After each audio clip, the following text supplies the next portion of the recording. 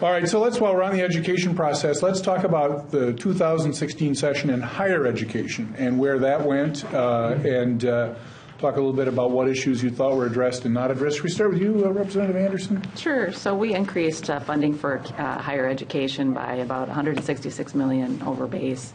With that included $22 million to the University of Minnesota for student tuition relief, and I think it's about $100 million for MnSCU students for tuition relief.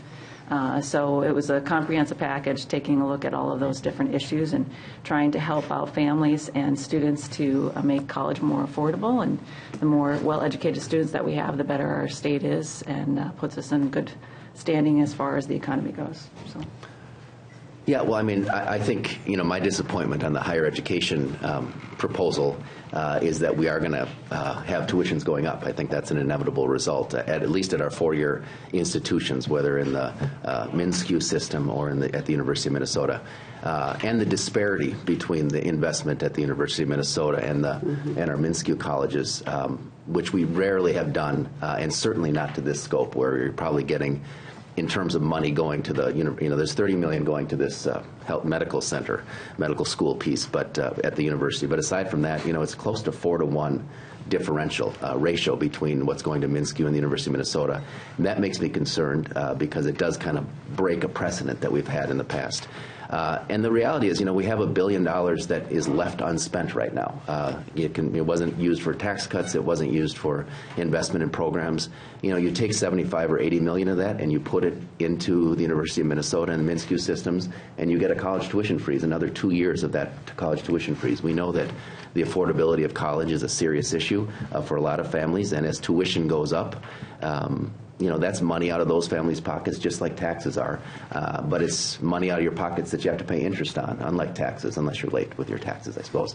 And so, I think that there really could have been a bigger commitment to extending that tuition freeze. I know there's probably policy differences that we're going to have on whether that's a good idea or not. But from my perspective, I wish we would have done more there.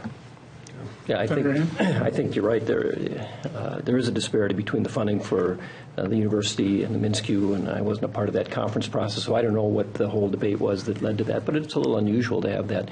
But nevertheless, I think the goal of using tuition freezes as a way of dealing with affordability of higher education is really a short-term solution. And I've met with President Kaler and people from the MnSCU system. I think their real challenge is to try to develop a cost structure that ordinary people can afford to pay. I think that over the years this has just gotten out of control, and now they've got a cost to do higher education that can only be afforded if there's a significant amount of money coming from the legislature to sort of buy down that tuition. I think that's the challenge that the higher ed people have to come to grips with, because I just don't think that going forward you're going to have the legislature be able to put that much more money into this year after year. There's going to have to be a way to get this contracted to be something more affordable. That didn't happen this year. I don't think that's going to be a short-term problem to solve, but they're going to have to come to grips with that pretty soon. We can't forget about the technical and community colleges. And right now we're looking at a shortage of people with educations for the jobs that technical and community, especially technical colleges put out. And so I think Senator Leroy Stump had a bill introduced saying technical college education would be free. Well, again, I think that was a pretty big vision on Senator Stump's part, but I think it brought attention to the issue that we're facing. So again, we have to keep looking at that, those kinds of things, and that was neglected, I think.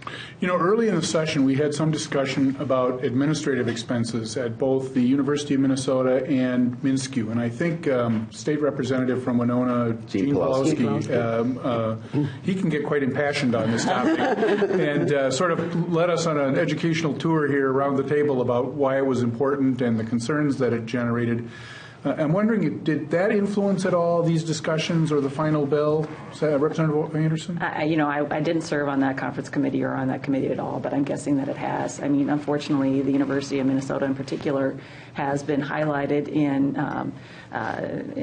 what is it, New York Times, I think, Wall Street Journal. Wall Street Journal had a piece, although I will say in defense of the U, the current president had some challenge. He was not convinced that their numbers were accurate, but nonetheless, the issue exists. It exists, and unfortunately, it puts a black black eye on the state of Minnesota, and I think it raises questions about how dollars are being used over there. And I think this kind of was a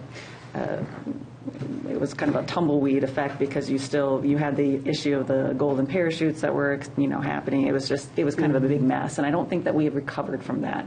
And I think, unfortunately, for the University of Minnesota, they're going to have to play catch up a little bit when it comes to just public perception on that issue. And I know they've been trying hard on it, but I think that that's probably played a little role in what happened.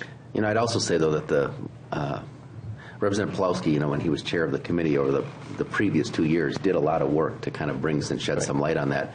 And I'm not sure that the legislature really stepped up to that job this year of continuing the oversight of the University of Minnesota. And I think hopefully in 2016, even in the interim, that committee will take some time to do that, because it is an important issue. Right. I think the university is a little bit of a challenge. We don't have, as a legislature, direct ability to manage the university. They're kind of a separate institution. We can give them money and we can make suggestions, but we really can't control what they do as much as we can with the MnSCU system. And I think that does present some challenge. I do think President Kaler is doing a good job. I think he's very concerned about the administrative costs, and he's trying to figure out how to get this back in shape. I have confidence in him. I just think it's a longer-term problem that we're going to have to wrestle with for some time.